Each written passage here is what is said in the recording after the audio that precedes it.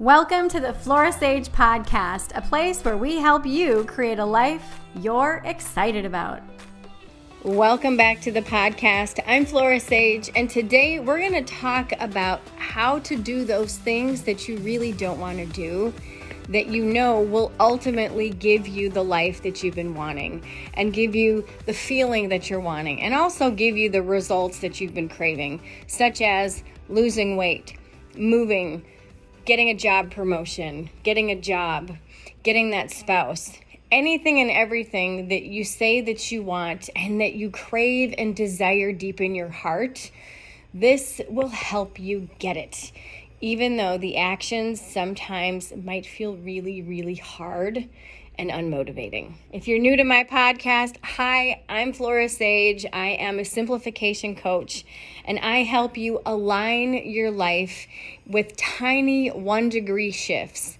Typically, people don't take and are not able to take those 1-degree shifts that get you closer to what you want because of the 9 types of clutter that get in the way. The 9 types of clutter are mental clutter, emotional clutter, spiritual clutter, environmental clutter, daily clutter, body clutter, digital clutter, financial clutter, and process clutter. Several weeks ago, I did a podcast about the clutter that caught me off guard. If you haven't listened to it, go back and listen to it. It's such a fabulous episode.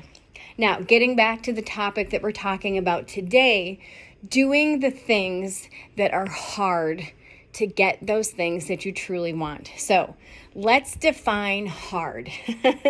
Hard is something where you have mental or physical resistance to it. Now, I don't know if that's the dictionary version of it, but I want you to think about the last time you wanted to do something. So let's just say you want to lose weight, and you know that in order to lose weight for you, that you need to track your food. And when you track your food, you naturally start eating less stuff that's not good for you. And second, you want to move your body more, whether this is going to the gym, this is walking around the block an extra couple of times, doing squats while you're making your omelet for breakfast, whatever that is. But let's just say in your mind, you know the last time you lost weight and you felt fabulous, you were working out at the gym between 30 minutes to an hour, 4 times a week. Maybe you've been in a slump. Maybe you've been in that space where you're just like, gosh, I just don't have that much energy. But you really want to get more physically fit. You want to drop a few pounds. And you really just want to start feeling better in your clothes. And you want to do this for you. You don't want to do this really for anybody else. So the first step that I want you to recognize is that when you have that intrinsic motivation, that internal reason for doing something and accomplishing something, you are far more likely to achieve it and accomplish it than if you have an extrinsic reason for doing something. Meaning, I want to lose weight so that so-and-so will notice me and go, wow, you look fabulous. Okay, so when we have external reasons for doing something, we typically won't do it because the motivation really isn't that strong and it's very inconsistent. But when you have that internal reason, that intrinsic reason of I want to lose weight or I want to accomplish XYZ because of the way I'm going to feel on the inside, my mindset's going to shift, my internal state is going to shift. That is when you're most likely going to accomplish and achieve that particular thing. Now let's talk about what happens when we have that internal motivation of, yes, I want to, let's just say for this example, I want to lose weight, I want to drop a couple of pounds, I want to feel better in my body because it's just time. You've just decided I'm going to do this.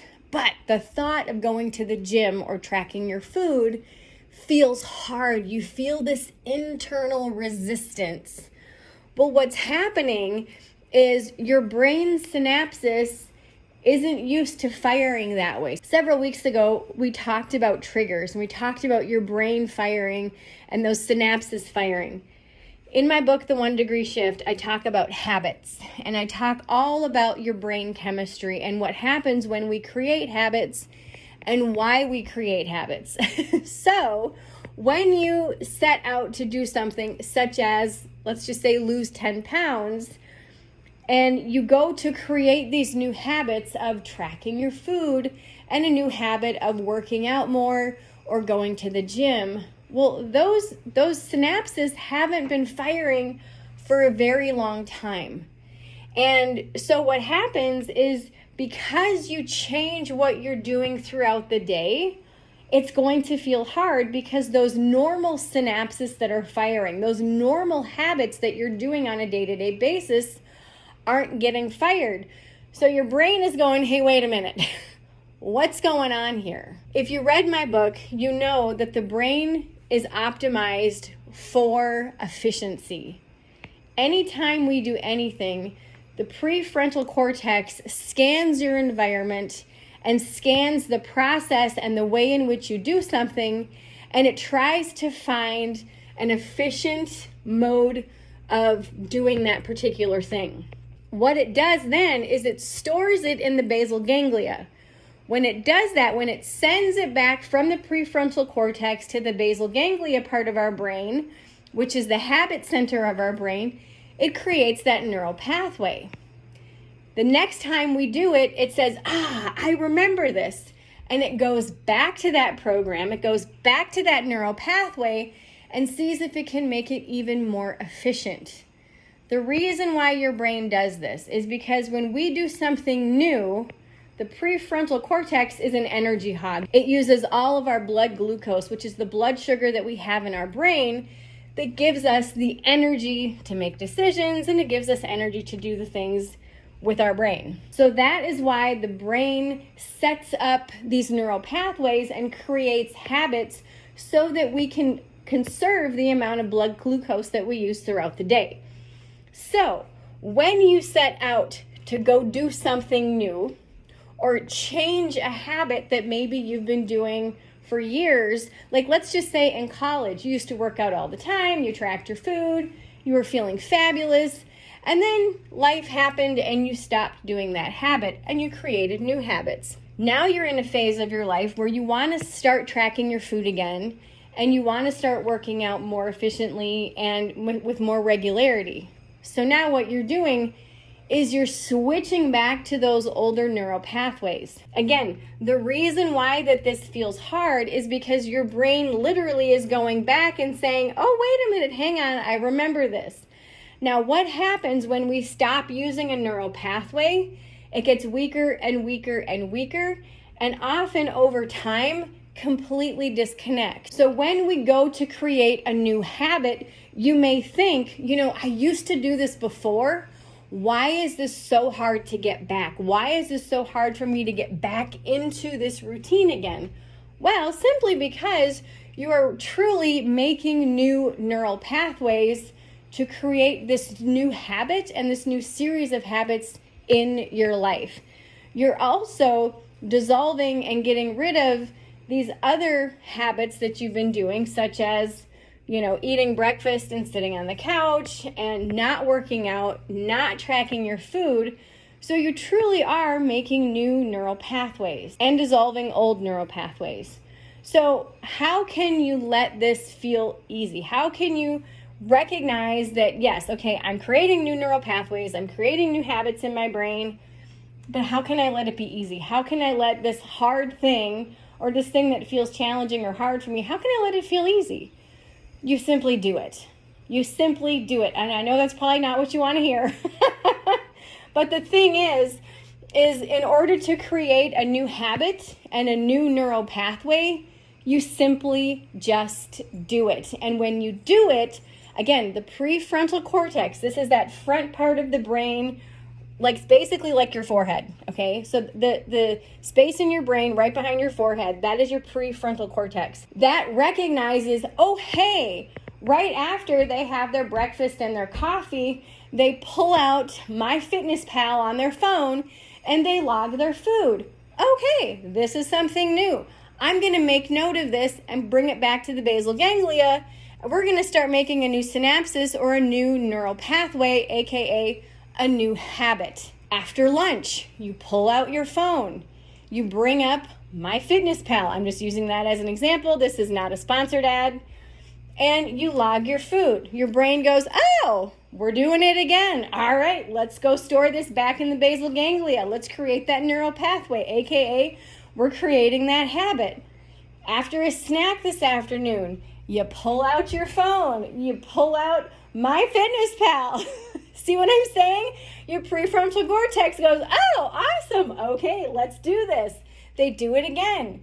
And it's going to take a couple weeks. Typically, it takes anywhere from 63 all the way up to 200 and some odd days. I note this in my book. It's not 21 days to create a new habit. I talk all about that in my book as well. But the more that you do this, the more ingrained and second nature it's going to be.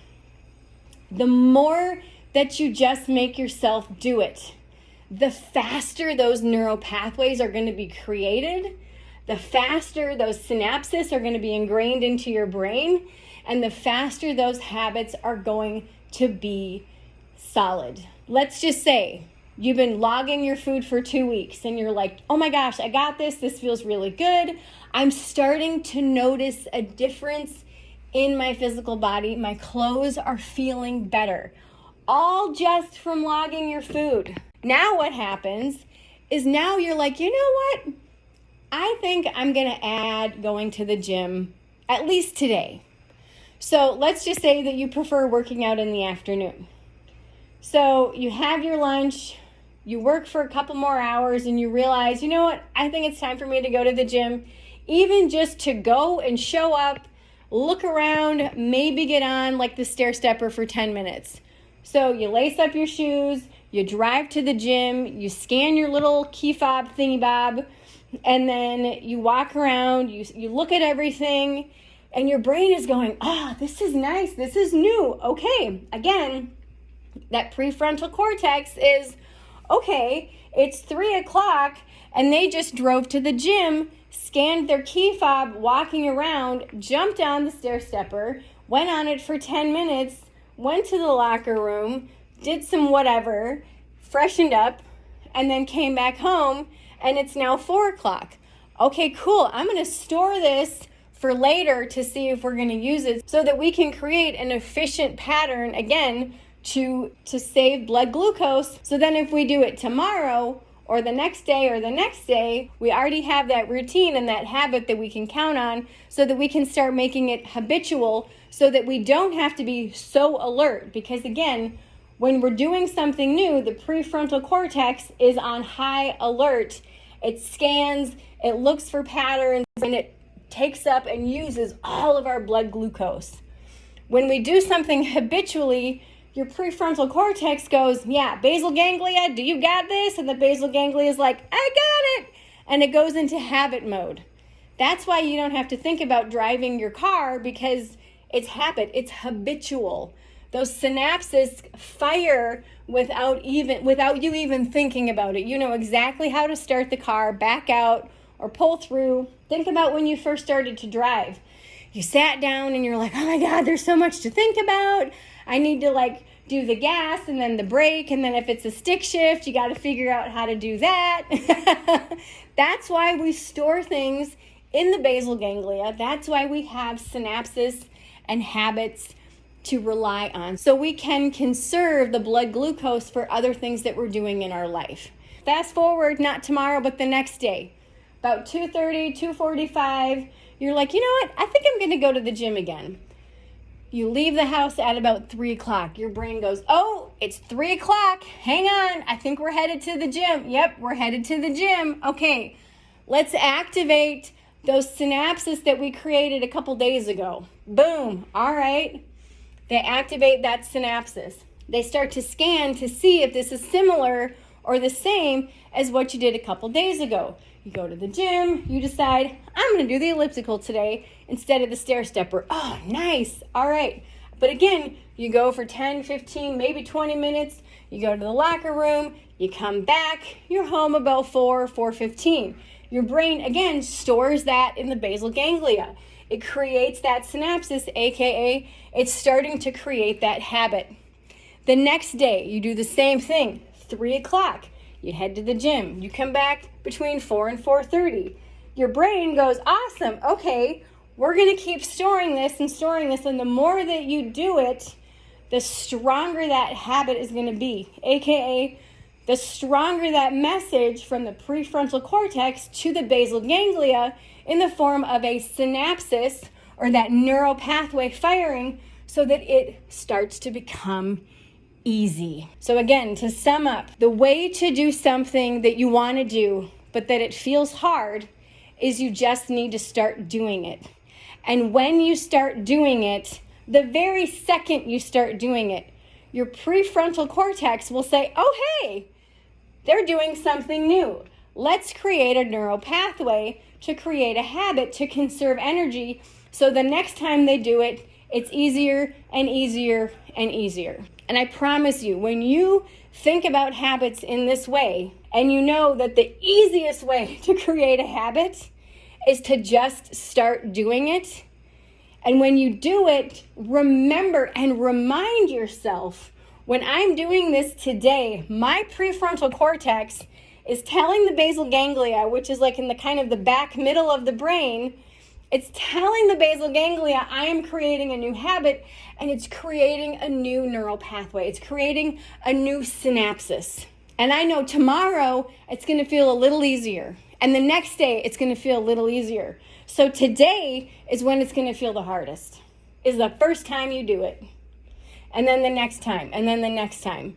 And then you're going to give yourself a couple of weeks. After about 2 weeks, what happens is you get into a tiny bit of a lull. Do you know what that lull is? It's when you feel kind of like, well, maybe I'm not going to go to the gym today.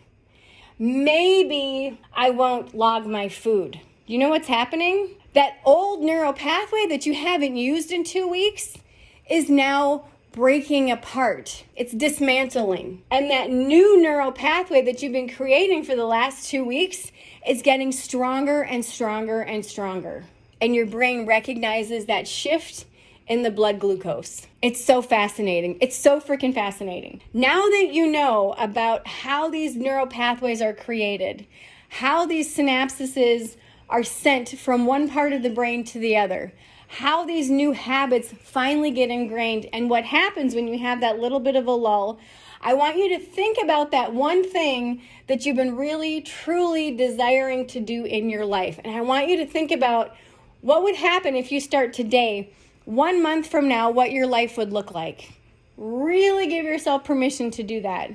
Just start to imagine what your life would look like if you started to work out every day, if you started to log your food, if you started to save money, if you stopped using credit cards, if you started to declutter one spot in your house every single day. What would your life look like 1 month from now? Really imagine that. Now that you've imagined that, I want you to recognize and know that I do have spots available for private coaching. You've been trying to do this on your own for so long. Let me support you. When you have someone in your corner, on your side, who knows the neuroscience behind habits, who knows the neuroscience behind taking little tiny 1-degree shifts every single day, you will get even faster results than doing it on your own. I do have spots available. Click the link in the show notes that says Align Your Life, and let's start working together right now. I hope this serves you today. Remember, all it takes is a clear vision of what you want, the willingness to take a single 1-degree shift in that direction daily to align your life. I'll see you in the next episode. If you've been loving these episodes, it would mean the world to me if you would rate this podcast on iTunes. A 5-star rating is what I always aim for. Thank you for listening to today's podcast episode. All links mentioned are in today's show notes.